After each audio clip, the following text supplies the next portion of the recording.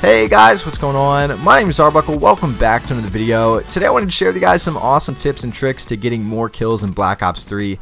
I know that a lot of people struggle when it comes to getting those high scoring games when it comes to kills, and I wanted to share with you guys some of the things that I do and some of the things that I have done that have really helped me to be a player that can get lots and lots of kills in a single match. So the first thing I want to bring up is to play on tactical layout. Now this is something that's pretty basic and pretty standard at this point in Call of Duty's life cycle.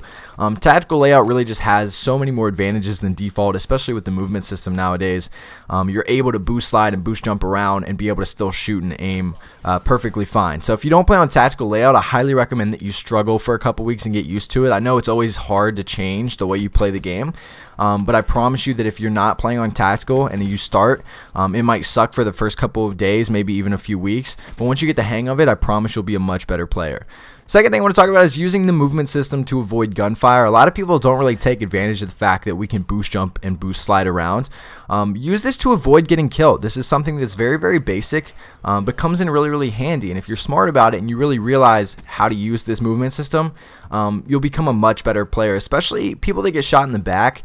A lot of times just give up. If you're getting shot in the back or someone's shooting at you, use that boost slider, use that boost jump, especially that boost jump. You can really take advantage of that by boost jumping as high as up in the air as you can, and then turning around and shooting them.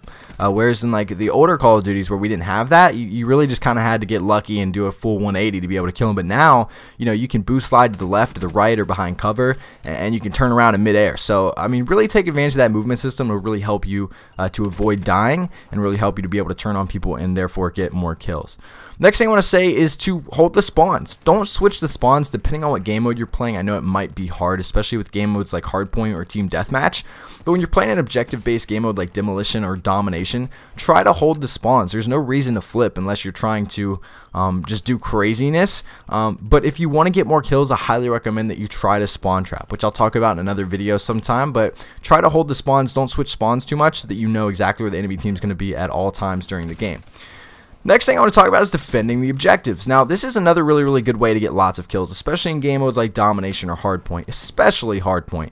People are always playing the objective when playing objective-based game mode, so why not play the objective with them? Now, the reason I said Hardpoint is probably the biggest one is because there's only one objective on the field. For example, Domination, there's 3 different flags that you can capture, so that puts like 3 different positions at on the map where players can be. But with Hardpoint, almost everyone on the map is going to be in one specific location, most of the time in a room or in a building somewhere. So makes it very, very easy to stay in that area and be able to pick off lots and lots of people. Now, again, like I said a minute ago, the spawns are very crazy when it comes to Hardpoint, but because that is the one location, you can kind of just camp around the Hardpoint and not only play the objective, but get lots and lots of kills defending it and even get that W.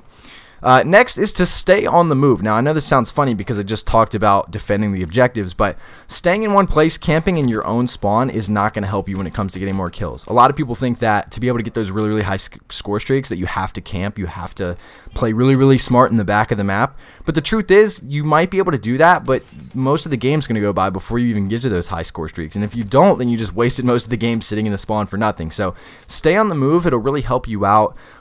Especially if you camp in one spot for too long. You know, people get that fever where they just want to kill that one person. They don't care how many times they die from someone else. They want to go kill that guy camping. So don't be the guy that they're going after. Stay on the move so that they don't always know exactly where you're going to be, and it'll really, really help you out when coming to get more kills. The last thing I want to bring up is to use smart score streaks. A lot of people, like I just said, like to run those really, really high score streaks. I don't recommend that, although some of you might be able to get them. If you can and you do that very often, then I would recommend doing it. But for those of you that only get them once in a while, the 3 score streaks that I really recommend are the Hellstorm, the Lightning Strike, and the Hater. These 3 are absolutely deadly together. I like the Hellstorm and the Lightning Strike because they're almost guaranteed kills. Definitely the Hellstorm. The Lightning Strike is iffy.